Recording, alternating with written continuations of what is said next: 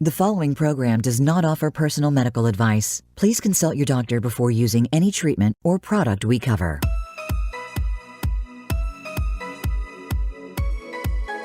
Welcome to Go to Health Radio with your host, Jonathan Marks.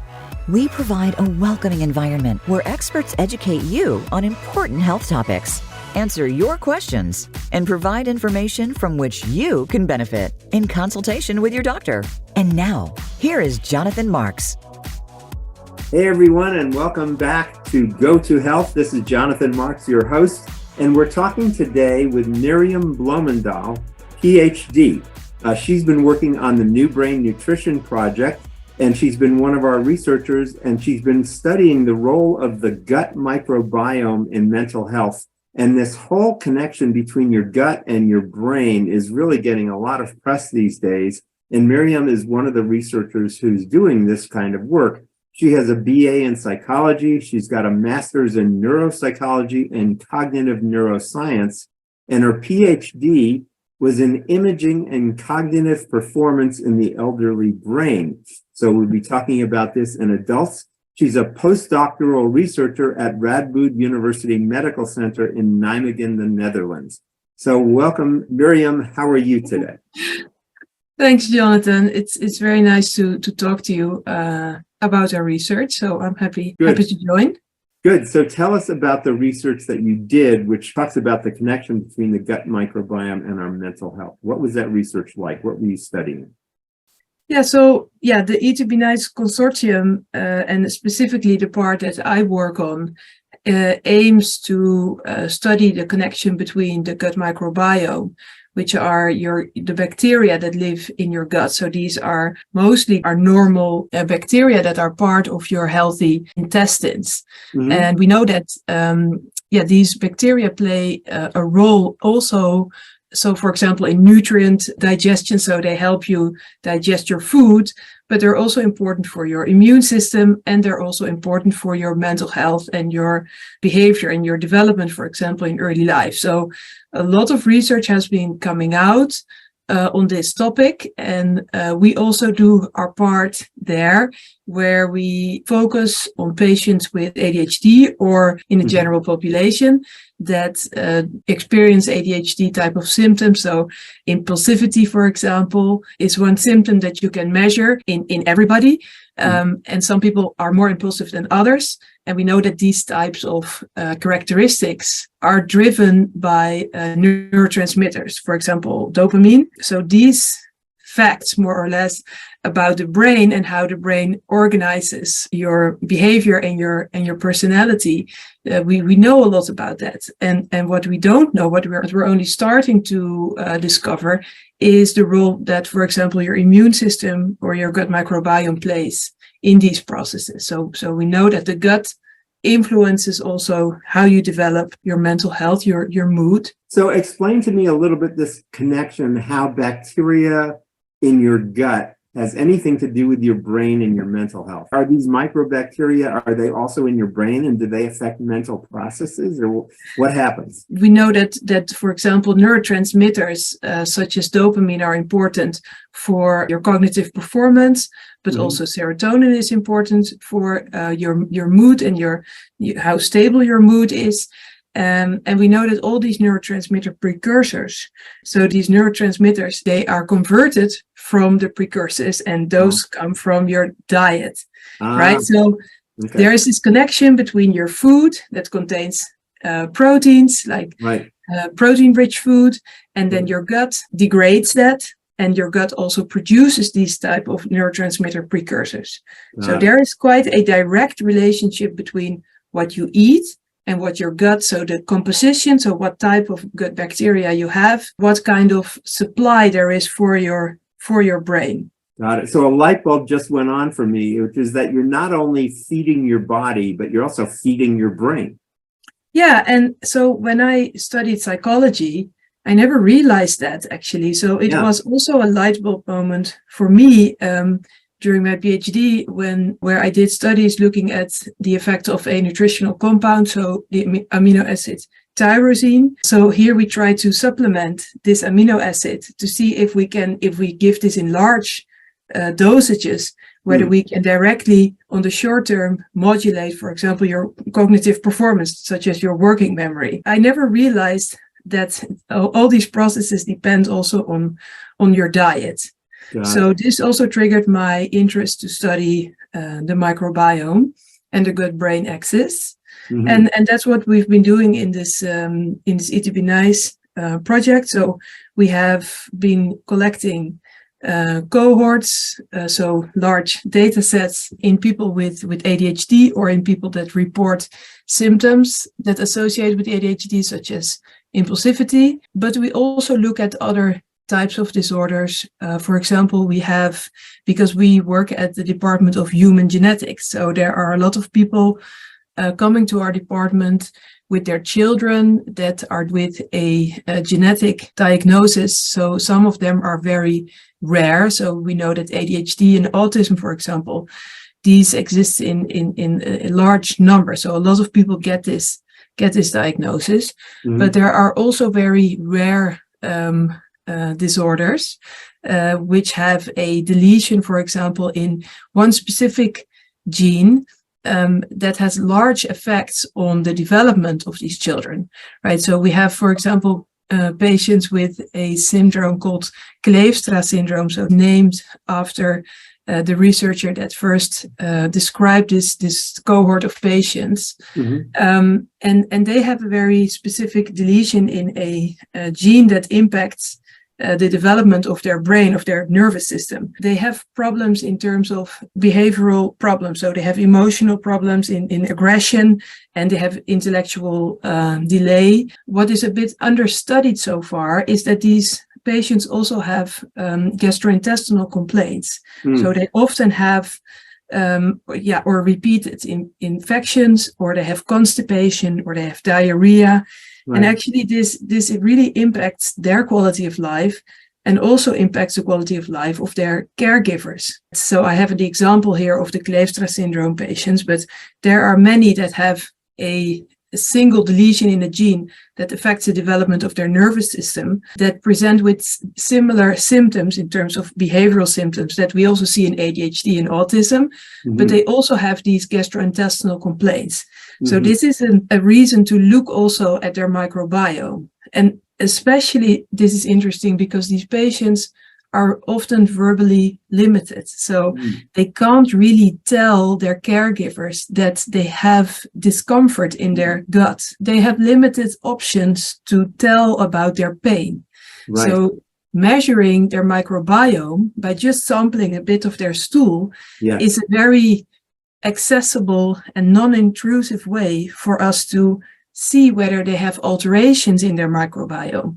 Under what conditions does our microbiome change? Is it based, if I change my food, if I'm stressed? I mean, what are the things that affect the quality of the microbiome? Yeah, so there are so many factors that impact the composition of your microbiome. And I think one of the largest one is always diet. So if you have a very restricted diet, which we also sometimes see in patients, for example, with autism, they are very specific in what type of food they like in terms of structure or flavors. So if you follow a specific type of diet, this is the food for your bacteria. So diet is definitely, so if you give them a certain type of food, then other bacteria will grow.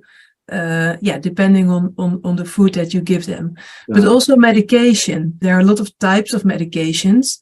Also, for example, antidepressants. So we know that serotonin reuptake inhibitors, they impact also the composition of the gut microbiome. This may also impact your mental health, so that by taking this medication, you aim to improve your mental symptoms and improve your health, but at the same time, these medication may negatively impact your gut health. We have to try to make use of that in a smart way, to use it to our advantage rather than to our disadvantage. Right, got it. But also to your question, also your genetic makeup can also impact the composition of the microbiome. So it's not only environmental factors that I just mentioned, like diet and medication. Your genetic makeup also determines circulating levels of amino acids and neurotransmitter precursors, for example. So there's this constant interplay between the host, what we call, us, Yeah. and our microbiome and our environment. Got it. So I think we can say in general that, and what we've learned from other parts of the research, and if you can just confirm this, that the healthier you eat, so if you reduce your amount of sugar and fat intake and improve or increase vegetables and fruits, this helps improve your microbiome? Yes, it is. If you eat in a diverse way and if you feed your microbiome complex fibers, so you want to avoid all these simple sugars that are so nice and that we all enjoy so much. Yeah. So you can, of course, eat some of them, but it's better to have a larger portion in your diet of fibers, like complex fibers that are also found in vegetables and fruits. They feed a larger range of microbes so that the diversity, the amount of bacteria you have increases. And this makes your gut very stable and less susceptible for a bad bug, a pathogen, to destroy the equilibrium in your gut, like the ecosystem. And you can help that by living healthy, so sleeping enough and exercising and having a healthy diet. Good. It's also important to enjoy life, right? Yes. So but what we're getting out of this is that what you eat creates the precursors to the necessary chemicals that your brain needs to function properly, right? Yeah. And so the healthier you eat, the stronger your microbiome, the better your mental function is going to be. Yeah, that's true. Good. Okay, good. So tell me a little bit about the future research that you're contemplating doing out of what we've learned from your study the past 5 years with New Brain Nutrition and Eat to Be Nice. What areas of research are you moving forward with? Yeah, so what we're always aiming for, and we do basic science, so to say. So we just inventorize, for example, these rare diseases, but also these more common diagnoses such as ADHD or autism. We are still very much in the beginning, so we inventorize alterations in their microbiome, but we do this because ultimately we want to make use of the microbiome. So we want to see, okay, if you have these types of bacteria lacking or in lower amounts, then we can maybe try to assign you to a dietary intervention or a lifestyle intervention that includes also sports, or we can give you a specifically designed probiotics, which is a mixture of bacteria. For example, those bacteria that you are lacking, right? So we can give you this mixture, and then we can try to balance the microbiome in the right way. And this is all very much in the future, but we are definitely making the first steps towards that, right? And it begins with finding out where we want to improve something. Yes. Because if you don't know what you want to improve, then it becomes a very random process. So that is what we want to do also for these children with gut problems. If we think that if we can improve their intestinal discomfort and the pain that they have no way to express, then maybe also their quality of life will improve. So maybe they will also have less of fewer behavioral problems, right? And that is something that we want to work to. And the same goes for medication, what I mentioned before. So we know that, for example, the antidepressant medication that people use, they don't always work well enough. Your symptoms don't improve enough. Right. And also you have sometimes side effects, which are also often gastrointestinal side effects. So bloating or pain in your stomach. And these effects may be driven by unwanted effects of the medication. So what we want to do is, for example, design a probiotic to counteract those side effects, while you need that medication to improve your diagnosis, to improve your mood, we want to get rid of the unwanted side effects. So maybe if we give the medication together with the probiotics, then people will have less burden taking this medication for the period of time that they need to take it. Those are things that we want to work on in the future. Brilliant. Great. I want to thank you for being with us. We've been talking with Miryam Bloemendaal. She's a postdoctoral researcher at Radboud University Medical Center in Nijmegen, the Netherlands. Thanks so much for being with us, Miryam. It was great to have you, and we wish you the best in your future research. Thanks for being here. Thanks, Jonathan.